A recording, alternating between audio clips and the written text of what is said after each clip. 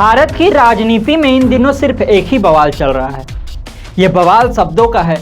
कांग्रेस पर मनमोहन सिंह के रूप में मौन से प्रधानमंत्री देने का आरोप लगाती भाजपा के बनाए प्रधानमंत्री नरेंद्र मोदी पर भी यही आरोप विपक्ष लगा रहा है।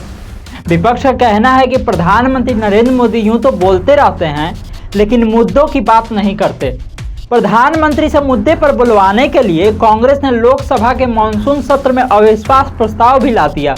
इस प्रस्ताव पर 3 दिनों तक चर्चा हुई। प्रधानमंत्री को आखिरी दिन बोलना था और वो बोले भी। मणिपुर के मुद्दे पर आए इस प्रस्ताव पर प्रधानमंत्री मोदी क्या बोले, कितना बोले, कैसे बोले, सब कुछ उनके बोलने के साथ ही वायरल हो गया। एक दिन पहले कांग्रेस की ओर से राहुल गांधी और सरकार की ओर से बोले गृह मंत्री अमित शाह की बातें भी खूब सुनी गई।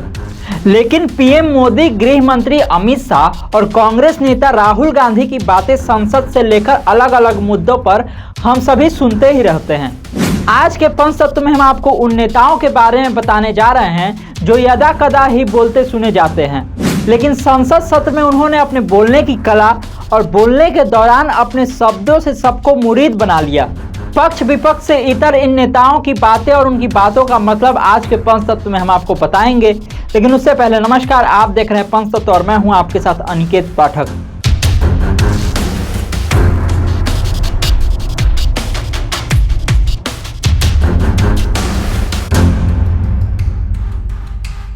सबसे पहले बात कर लेते हैं उस नेता की जिसने अविश्वास प्रस्ताव का नोटिस दिया।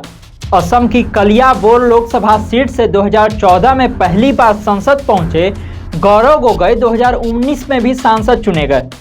40 वर्ष के गौरव गोगोई ने वैसे तो अपनी पढ़ाई न्यूयॉर्क यूनिवर्सिटी से की है, लेकिन उनकी राजनीतिक शिक्षा निश्चित तौर पर उनके घर से ही हुई होगी, क्योंकि उनके पिता तरुण गोगोई 15 साल तक असम के मुख्यमंत्री रहे हैं। इस बार मणिपुर के मुद्दे पर उनके ही नोटिस के बाद अविश्वास प्रस्ताव आया। प्रस्ताव की ओपनिंग भाषण का जिम्मा संभालते हुए गौरव गोगोई खूब बोले। गौरव गोगोई ने प्रधानमंत्री नरेंद्र मोदी से सवाल पूछा कि अभी तक वो मणिपुर क्यों नहीं गए, जबकि राहुल गांधी, गृह मंत्री अमित शाह समेत कई नेता वहां के हालातों का जायजा लेने के लिए वहां का दौरा कर चुके हैं। गोगोई ने कहा कि पीएम मोदी को मणिपुर हिंसा पर बात करने में 80 दिन लग गए और वो भी सिर्फ 20 सेकंड के लिए बोले। विपक्षी गठबंधन INDIA पर प्रधानमंत्री नरेंद्र मोदी की टिप्पणी का जिक्र करते हुए उन्होंने कहा कि आप इंडियन मुजाहिदीन पर बात करते हैं और हम इंडियन इंस्टीट्यूट ऑफ टेक्नोलॉजी की बात करते हैं। दूसरा नाम आता है झारखंड की गोड्डा सीट से लोकसभा सांसद निशिकांत दुबे का। भाजपा सांसद निशिकांत दुबे ने भी जोरदार भाषण दिया। उन्होंने सीधे सीधे सोनिया गांधी को अपने निशाने पर लिया। उन्होंने कहा कि सोनिया गांधी को सिर्फ 2 काम करना है, बेटे को सेट करना है और दामाद को भेंट करना है। लेकिन असली बवाल तब हुआ जब उन्होंने जदयू पर बड़ा आरोप लगाया, जिस पर जदयू के राष्ट्रीय अध्यक्ष व सांसद ललन सिंह भी भड़क उठे। निशिकांत दुबे ने कहा कि जदयू को सबसे अधिक फंड उपलब्ध कराने वालों में वो भी शामिल रहे हैं। साथ ही नीतीश कुमार को सीएम बनवाने में भी उनका प्रयास महत्वपूर्ण रहा था। इस पर ललन सिंह भी मांग करने लगे कि निशिकांत दुबे सदन को ये बताएं कि उन्होंने किससे फंड दिलवाया था। अविश्वास प्रस्ताव के दूसरे दिन ओपनिंग के लिए उतरे राहुल गांधी और उनका जवाब दिया अमेठी सीट पर पिछले चुनाव में उन्हें हराने वाली स्मृति ईरानी ने। राहुल गांधी के भाषण का रेफरेंस देते हुए स्मृति ईरानी ने कहा कि मणिपुर खंडित नहीं, भारत का अभिन्न अंग है। मणिपुर न खंडित है, न था और न होगा। लेकिन भारत माता की हत्या पर संसद में ताली क्यों बज रही थी? कांग्रेसियों ने मां की हत्या के लिए मेज थपथपाई। स्मृति ईरानी ने आरोप लगाया कि अपना भाषण खत्म कर संसद से बाहर जाते हुए राहुल गांधी ने महिला सांसदों को लक्ष्य करके फ्लाइंग किस के इशारे किए। उन्होंने राहुल गांधी पर असभ्य व्यवहार करने का आरोप लगाया। साथ ही ये भी कहा कि उन्होंने उस संसद में फ्लाइंग किस उछाला है जिस संसद में महिलाएं भी बैठी हुई हैं। ऐसा व्यवहार सिर्फ एक मिसोजिनिस्ट व्यक्ति ही कर सकता है।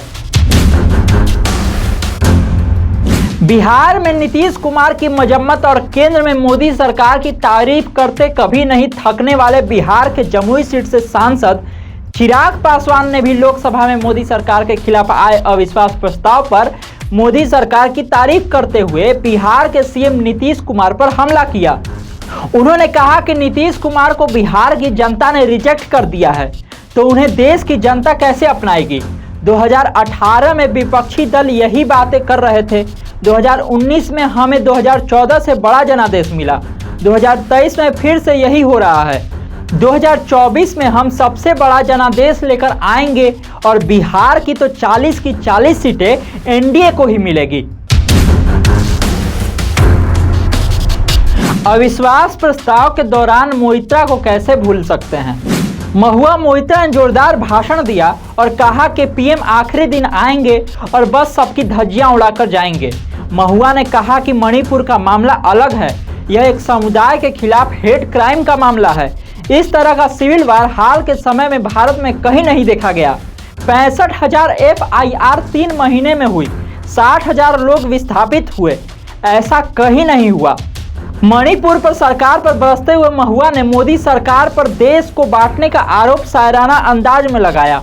उन्होंने कहा कि जिस पापी को गुण नहीं गोत्र प्यारा है, समझो उसे ने हमें यहाँ मारा है। एक और शेर उन्होंने कहा कि नफरतों की जंग में आप देखो क्या हो गया, सब्जियां हिंदू हो गई और बकरा मुसलमान हो गया।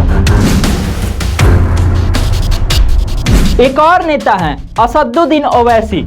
बैरिस्टर की डिग्री लेने वाले ओवैसी तो हमेशा ही अपने तर्कों से विरोधियों को बगले झांकने पर मजबूर करते रहे हैं। शायराना अंदाज में ओवैसी ने हरियाणा और मणिपुर के सीएम पर हमले करते हुए कहा कि कुर्सी है तुम्हारा जनाजा तो नहीं, कुछ नहीं कर सकते तो उतर क्यों नहीं जाते। उन्होंने कहा कि इस देश में किस तरह का माहौल पैदा किया जा रहा है। क्या बिल्किस बानो देश की बेटी नहीं है। उस प्रेग्नेंट महिला का रेप किया गया और रेपिस्टों को रिहा कर दिया जाता है।